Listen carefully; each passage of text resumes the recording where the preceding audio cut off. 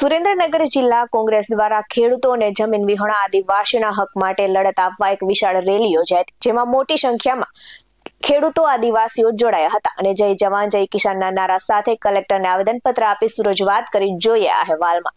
નમસ્કાર દર્શક મિત્રો, બેસ 90 ન્યૂઝમાં આપની સાથે હું છું નેહા પટેલ. સુરેન્દ્રનગર જિલ્લા કોંગ્રેસ સમિતિ દ્વારા ખેતીમાં ભાગીદારી રાખતા અને જમીન વિહોણા ખેડૂતોને મળતી પાક સહાયમાંથી અલગથી 30% સહાય આપવાની માંગ સાથે રાજ્યના મુખ્યમંત્રી ભૂપેન્દ્રભાઈ પટેલને સંબોધીને કલેક્ટરને આવેદનપત્ર આપી ઉગ્ર રજૂઆત કરવામાં આવી છે.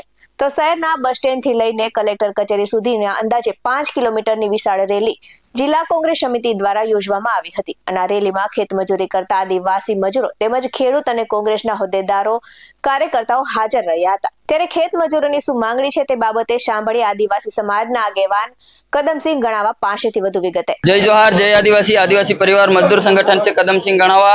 हाल में सुरेंद्रनगर के अंदर आवेदन पत्र दिया है कलेक्टर महोदय को, जो मावठे की वजह से फसल बर्बाद हुए इस कारण। तो यहाँ लाखों की संख्या में लोग उपस्थित हुए हैं आदिवासी समाज के, जो मांगे लेकर हम यहाँ उपस्थित हुए हैं। अगर हमारी मांगे यहाँ पूरी नहीं होती है तो हमारी लड़ाई आगे तक रहेगी। यहाँ से लेकर हम गांधीनगर तक उग्र आंदोलन करने की भी मांग रखेंगे।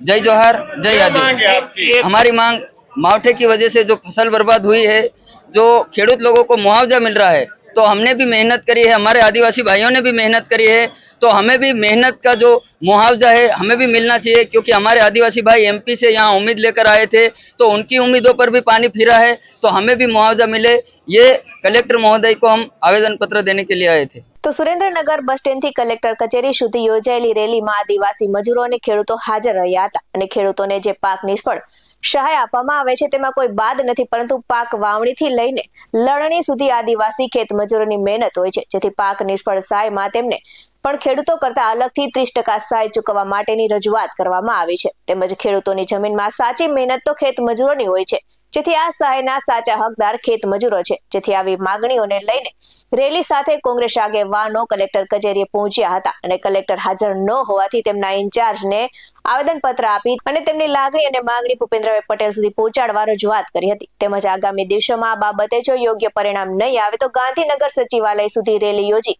ઉગ્ર આંદોલન કરવાની ચીમકી ઉચ્ચારી છે. ત્યારે ઇન્ચાર્જ ટીટનીસ મનોજભાઈ દવેની સાંભળીએ પ્રતિક્રિયા. સુરેન્દ્રનગર જિલ્લાના કોંગ્રેસ સમિતિ દ્વારા અમે આવેદનપત્ર આપીને રજૂઆત કરેલ છે કે જે ખેતીમાં નુકસાન બાબતેની રકમો ચૂકવાય છે, તેમાં જે વાડી કે ખેતરો ભાગે રાખનાર બાકીના જે બહારથી મજૂરો આવે છે એમને પણ સહાય યોગ્ય તે ચૂકવવી જોઈએ, એ પ્રકારનું આવેદનપત્ર અમને અત્યારે રજૂ થયું છે, જેની આગળ કાર્યવાહી અર્થે સરકારશ્રીમાં મોકલવામાં આવશે. આ સાથે જ જિલ્લા કોંગ્રેસ પ્રમુખ નવસાદ સોલંકી શું કહી રહ્યા છે તે પણ સાંભળીએ. આજે સુરેન્દ્રનગરની અંદર હજારો દલિત, આદિવાસી, અન્ય પછાત કમો સાથેની સંખ્યામાં પદયાત્રા કરી કલેક્ટરને એક આવેદનપત્ર આપવામાં આવ્યું છે. ખાસ કરીને ગુજરાતની અંદર આડોશ પડોશના રાજ્યોમાંથી એમપી, રાજસ્થાન, દાહોદ, છોટાઉદેપુર, ગોધરા આ બધા વિસ્તારોમાંથી લગભગ 1 લાખ આદિવાસી પરિવારો ગુજરાતની અંદર ખેતી કરવા આવે છે. પરંતુ જ્યારે ખેતી કરતા હોય છે ત્યારે કોઈ કુદરતી પ્રકોપ થાય, એમાંય વરસાદ આવે, વાવાઝોડું આવે, અછતની પરિસ્થિતિ થાય, ત્યારે આ જે પાક નિષ્ફળ જતો હોય છે ત્યારે સરકાર એ ખેતી માલિકોને કે જમીન માલિકોને તે 22,000 થી લઈને 44,000 સુધીનું વળતર ચૂકવે છે. પરંતુ આ જે સાચા ખેડૂતો છે, સાચા ખેત મજૂરો છે, જે ભાગ્યા ખેતી કરે છે 30%ની રે, એમને 1 પણ રૂપિયાનો સહાય મળતો નથી. અને એના કારણે આ ગરીબ ખેત મજૂરોને ખૂબ મોટું નુકસાન થાય છે. એ લોકો દીવાના ડુંગરમાં ફસાઈ જાય છે. ત્યારે આજની આ પદયાત્રાના માધ્યમથી અમે આવેદનપત્ર આપી માંગણી કરી છે કે આ ખેત મજૂરોને પણ અલગથી એ 30% જેટલી રકમ, એટલે કે 10,000 થી 15,000 જેટલી રકમ ડાયરેક્ટ એમના ખાતામાં મળે. જે ખેડૂતોને ચૂકવવામાં આવે છે એમને એમ ચાલુ રાખવામાં આવે. ખેડૂતને ચૂકવાતી રકમમાંથી 1 પણ રૂપિયો ઓછો નહીં કર્યા વગર એમને બધી જ રકમ ચૂકવ્યા અલગથી વધારાનું એક નવું પેકેજ ખેત મજૂર માટે જાહેર કરે સરકાર, એના માટેની માંગણી કરી છે. અને જો ભવિષ્યમાં સરકાર આ બાબતમાં ધ્યાન નહીં આપે તો અમે સુરેન્દ્રનગરથી સચિવાલય અને સમગ્ર ગુજરાતમાંથી તમામ જિલ્લાઓમાંથી ખેત મજૂરો, આદિવાસી, દલિત, ઓબીસી બધા જ સમાજો ભેગા મળીને ગાંધીનગર માનનીય ભૂપેન્દ્રભાઈને મળવા અમે લોકો જઈશું.